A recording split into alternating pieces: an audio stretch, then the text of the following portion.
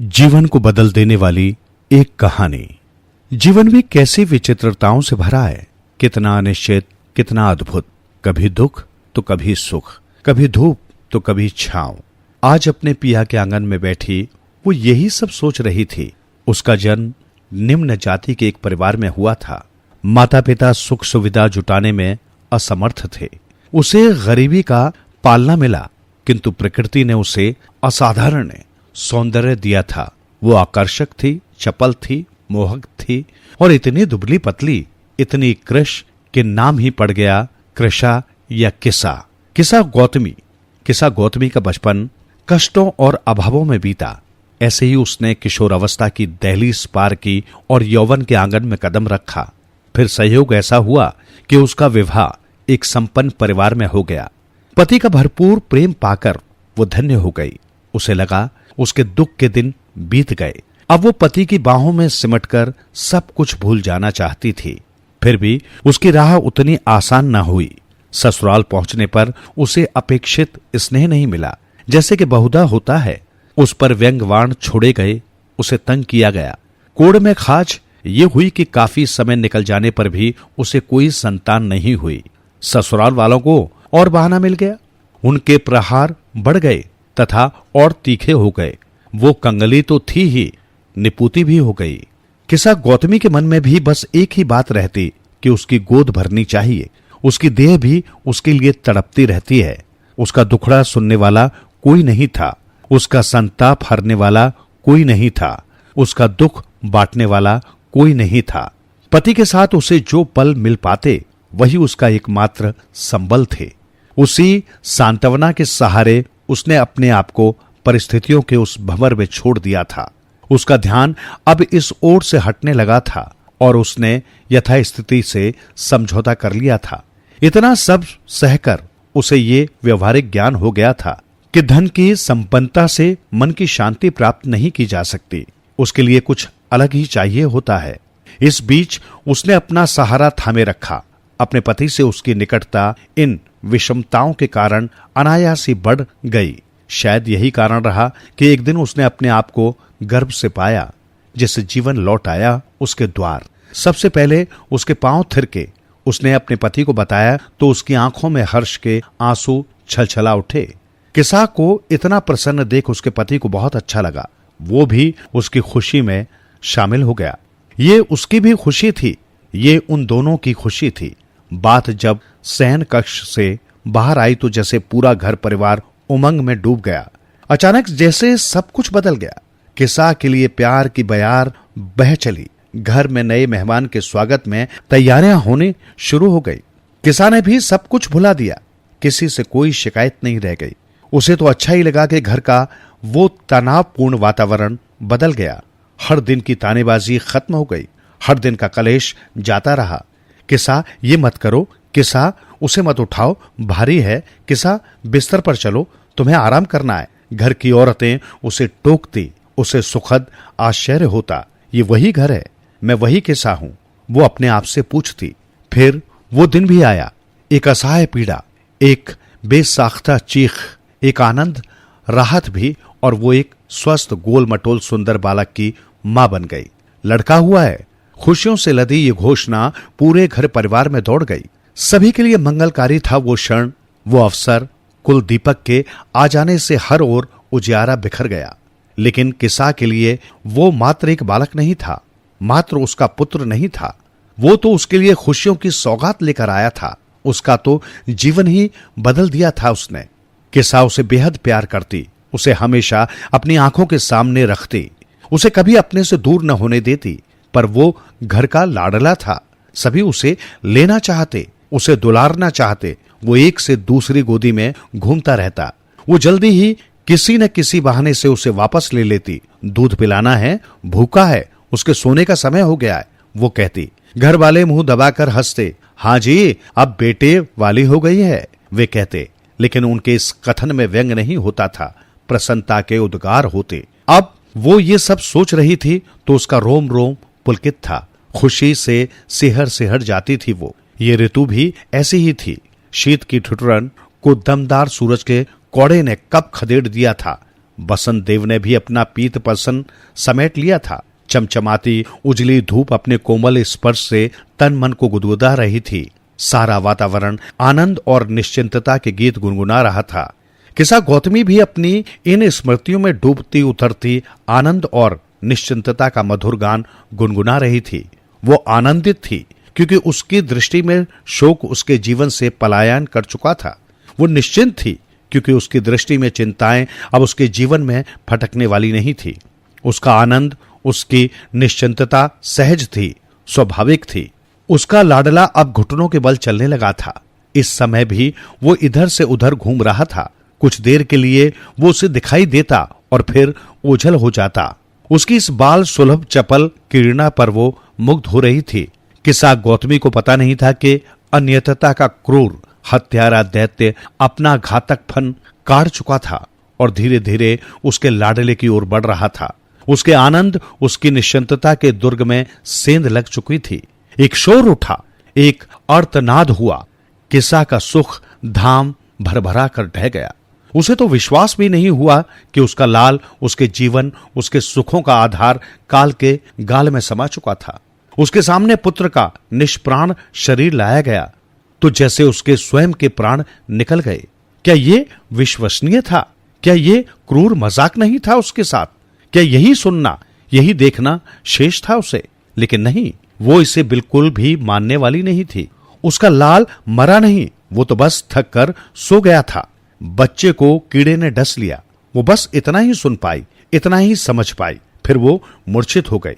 भारी शोर शराबे, भारी कोहराम के बीच वो होश में लौटी तो बच्चे का अंतिम संस्कार जल्दी से जल्दी कर देने की बात हो रही थी।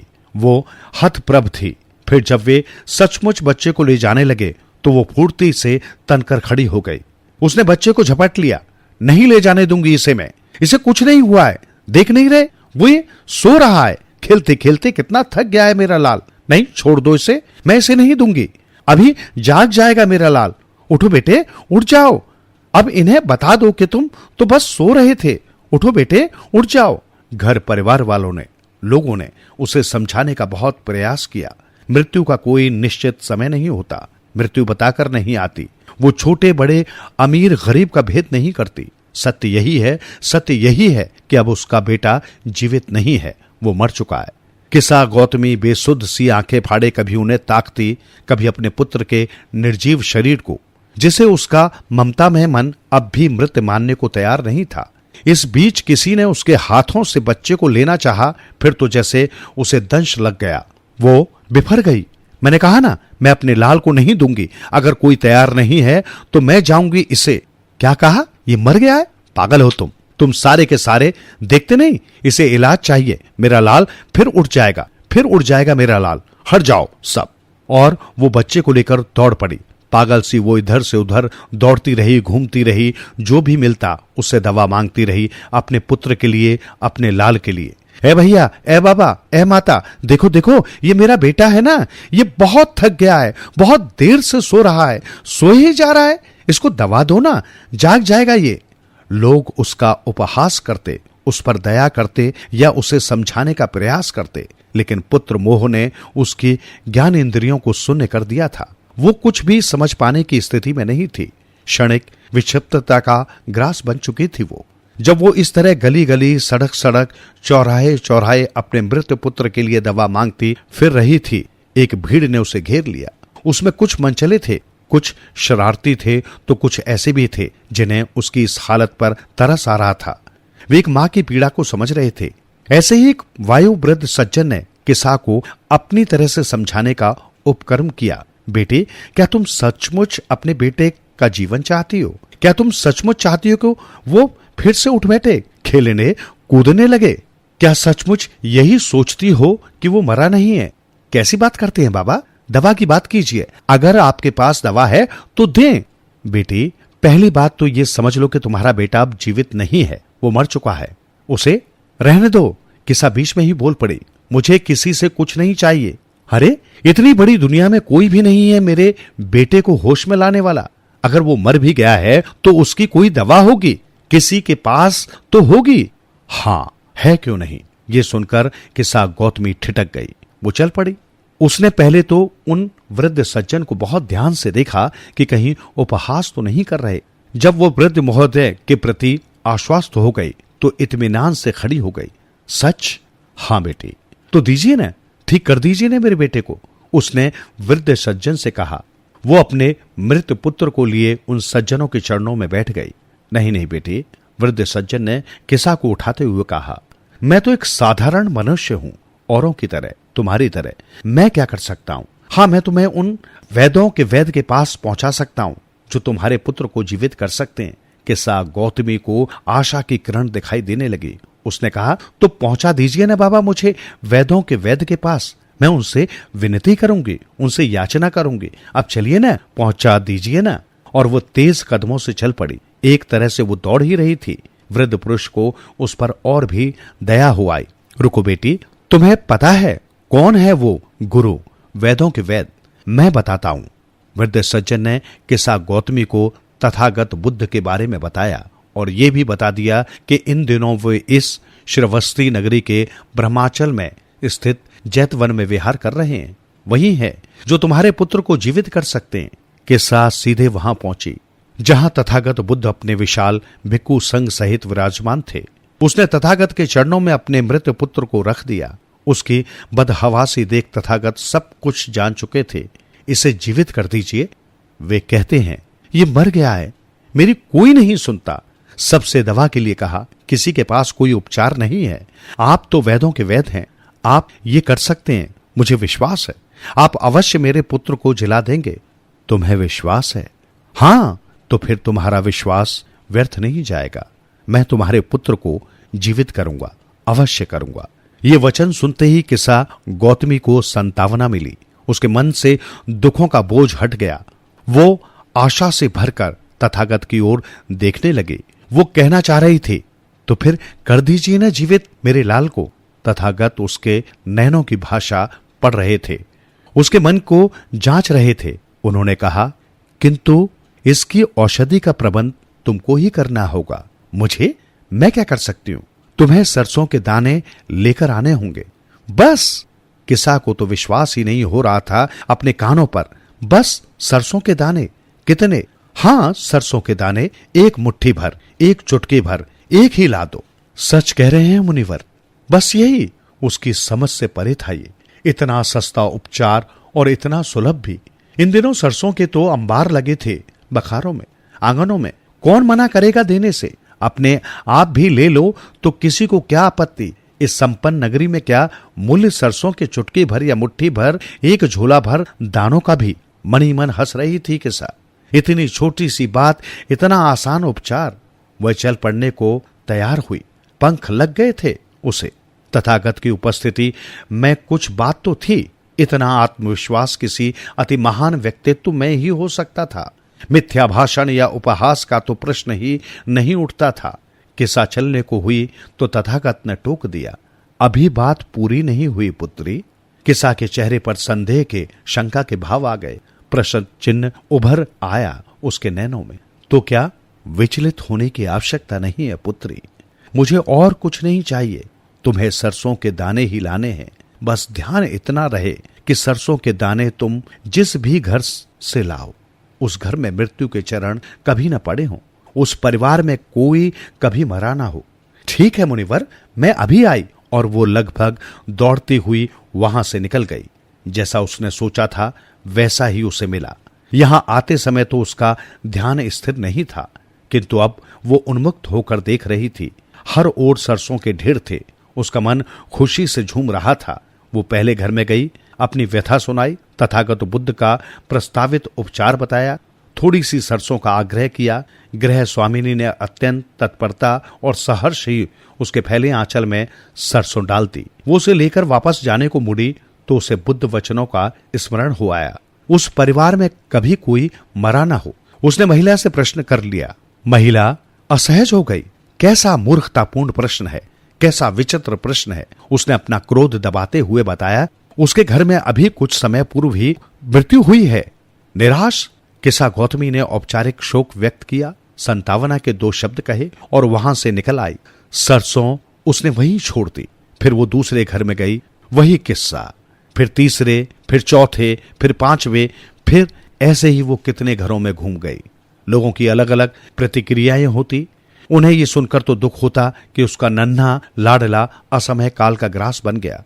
वे दुख व्यक्त करते, सहानुभूति भी जताते, सरसों देने को भी तत्पर हो जाते, किंतु अपने परिवार में मृत्यु की बात पर वे बिफर जाते।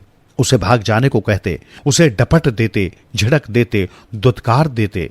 मांगते मांगते कितनी ही घड़ियां बीत गई। उसे एक घर भी ऐसा न मिला जहां कभी कोई मरा न हो, जहां मृत्यु के अशुभ चरण कभी न पड़े हों। अब वो क्या करे? क्या उसका लाल जीवित नहीं होगा? लेकिन ये सारे लोग भी तो थे। इन्होंने भी तो मृत्यु के प्रहार को झेला था। फिर क्या एक अकेला तेरा ही लाल है जो मरा है? यहां हर दिन किसी न किसी परिवार में कोई न कोई मृत्यु को प्राप्त होता रहता है। भवचक्र ऐसे ही चलता है। अब किसा गौतमी को सब कुछ समझ में आने लगा।